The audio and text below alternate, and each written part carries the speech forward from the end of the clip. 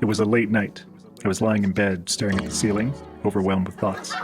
My siblings were laughing and playing a board game in the next room, and I felt disconnected.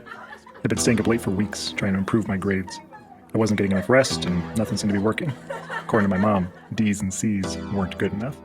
I felt like if my grades weren't perfect, I wasn't worth anything. My mom called out to me from the living room, her voice cutting through my silence. When she came into my room, she flicked on the light and asked why I was sitting in the dark. I said I was tired, but she knew something was off. She asked what was wrong, and I told her again, I'm just tired. She started talking, but I barely listened, wanting nothing more than to retreat into the darkness of my room. Then she asked me to take my meds and join my siblings in the living room. I slumped, feeling frustrated, and got upset. She told me I should keep it on the inside and fake it till you make it. This was something I had grown up hearing, and it had made me feel like I had to bury my true emotions, even though I was falling apart. After she left, I closed my door and turned off the light. I sat against the wall, curled up, and tried to convince myself that everything was my fault. If I had just tried harder, maybe things wouldn't be like this. But it didn't matter. I wish that I had told my mom what was wrong when she asked if I was okay. I pulled out my phone, opened my notepad, and wrote the words, I just want it to end. A few hours later, it was 2:34 in the morning. I couldn't stand it anymore. I quietly slipped on my shoes and snuck outside. I walked down the dirt road, past the mailboxes, until I stood at the edge of the road, right where it met the highway. I lay there, waiting and hoping for a car to come. The highway was eerily quiet, the darkness almost suffocating. I felt a bit small, like I was invisible, like nothing would ever change. The stillness felt like it was swallowing me whole. Then when headlights finally appeared, I froze. I was stuck in fear, began to cry. I couldn't find enough motivation to move. I closed my eyes as I felt the car approach. This is it, I thought to myself. I waited, but the car didn't hit me. I opened my eyes and watched the car pass me by, realizing I was lying in the median. Confused and shaken, I slowly stood up, my legs unsteady. I slowly walked back to my house, each step feeling heavier than the last. I thought to myself, I can't even kill myself right. The weight of that thought crushed me, and I felt more broken than ever before. When I got back inside, I crept to my room, still lost in my own mind. I pulled the covers over me, but the emptiness stayed. It felt like I was drowning in my own head. I closed my eyes, wishing for the pain to stop, but it never did. I fell asleep, still hoping it would all just end. I often find myself lost in these dark thoughts, wondering if disappearing might be easier. Some mornings it feels impossible to even get out of bed. Brushing my teeth, my hair, changing clothes, it all feels like too much. No matter what I do, the struggle doesn't seem to go away. But despite everything, the one thing that keeps me going is my friends. They remind me that there's still something good in this world. Sharing my story, I've realized something important. They remind me that there is still something good in this world. Sharing my story, I've realized something important. My story isn't over yet. Still writing it, one day at a time. I've learned that it's okay to struggle, and that so many people are out there struggling too. The thing is, we can never tell who's hurting just by looking at them. We pass each other every day, thinking we know what's going on in each other's lives, but we don't. We don't always see the pain behind the smiles. I want my story to remind people that we all have our own battles, and we all hurt in ways others might not see. We don't always see the pain behind the smiles.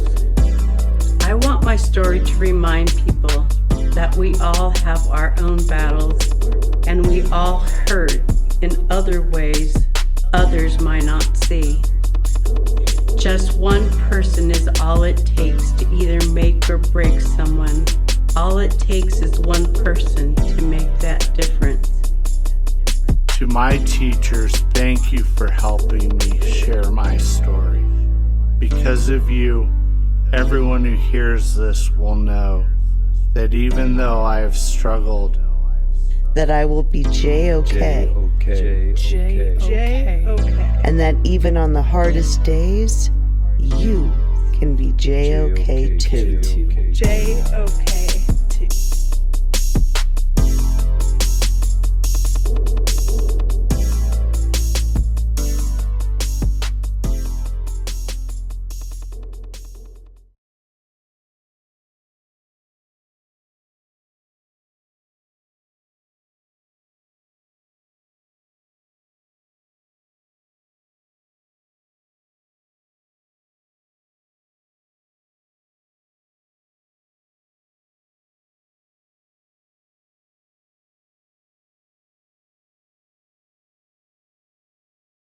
Thank you all so very much for listening.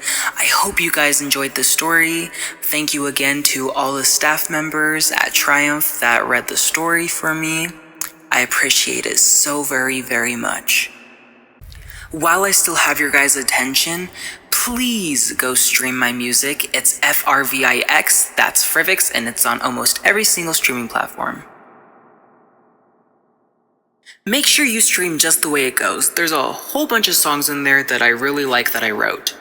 And for sure, make sure you guys listen to I Just Want It to End. I would also really appreciate it if you guys went and streamed and listened to Harmonies with Me. It is the song that I wrote for the Suicide Prevention Awareness Fair that we put on at my school. I sung it and performed it live, and I would just really appreciate it if that could get pushed out and shared with as many people as I can get it to. Again, thank you very much. Goodbye. Thank